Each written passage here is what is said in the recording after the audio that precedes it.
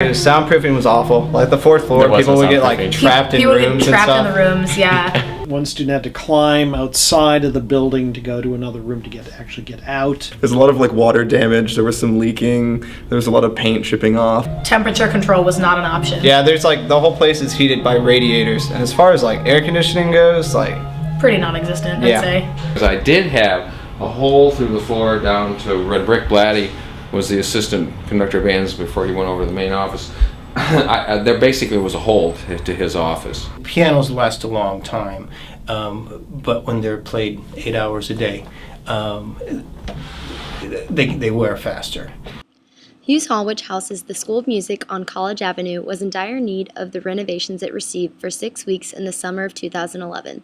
Despite the renovations costing more than $2 million, coming up with the funds proved to be a problem. We kind of go through each of those pots of monies to figure out what's the best mix of projects to meet the top priorities from a physical condition perspective and from a programmatic strategic perspective, and then we match it all up with the available funds. Very early on, after Dr. Steinmetz came to campus, he saw the price tag on the project that was originally intended, and thought that when he played out what those improvements would be, he realized that it was very much a Band-Aid on a bad situation. And I applaud him for recognizing that and finding a way to, from other projects, glean some money, which ended up, as I said, tripling the amount that originally was proposed. Once the School of Music bridged the funding gap, renovations were made on some of the major problems encountered in the building on a daily basis. The priority with the project was to isolate sound for the spaces that are on the fourth floor. It was difficult for the students to practice their instruments and not hear what the student next to them and how they were practicing. The second priority was to then isolate sound in our classrooms and studios. So we focused on key spaces within those floors where we could isolate sound and stop sound from bleeding into other classrooms and disrupting those classrooms. Although work was done to improve Hughes Hall, students and faculty still find problems within the facility, including in the renovated areas.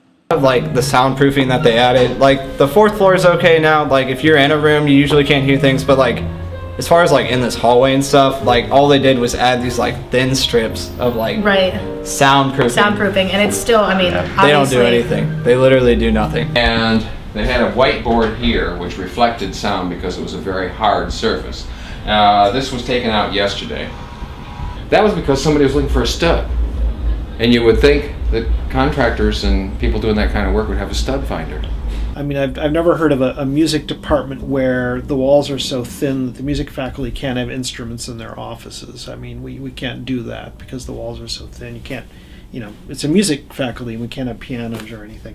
We constantly have to balance investing money in what really isn't a modern music facility to make sure it's working as well as it can for the students who are going there today versus continuing to kind of save and plan for replacing that and really doing the right thing for the school for the long run. Assuming we couldn't have a new building, like more space is big. The smart boards we have are secondhand from the business school. Like we don't even get new stuff. We just get old stuff from other people that don't want it anymore on campus. Some people call it a Band-Aid. I don't even call it that.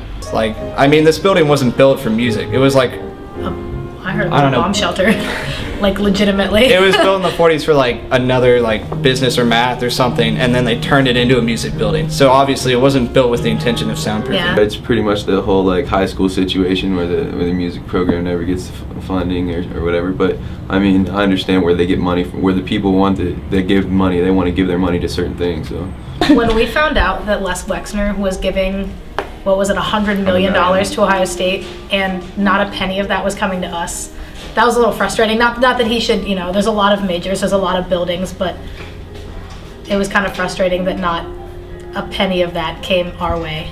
What the students need to know is the $2.5 million or $2.1 million that went into Hughes was very much a way to make that building livable, only livable, until we have something to show them of a much more substantive nature. And what we have planned right now at least, and it's early on planning, is that we would make significant changes to Weigel and ultimately replace the need for Hughes Hall.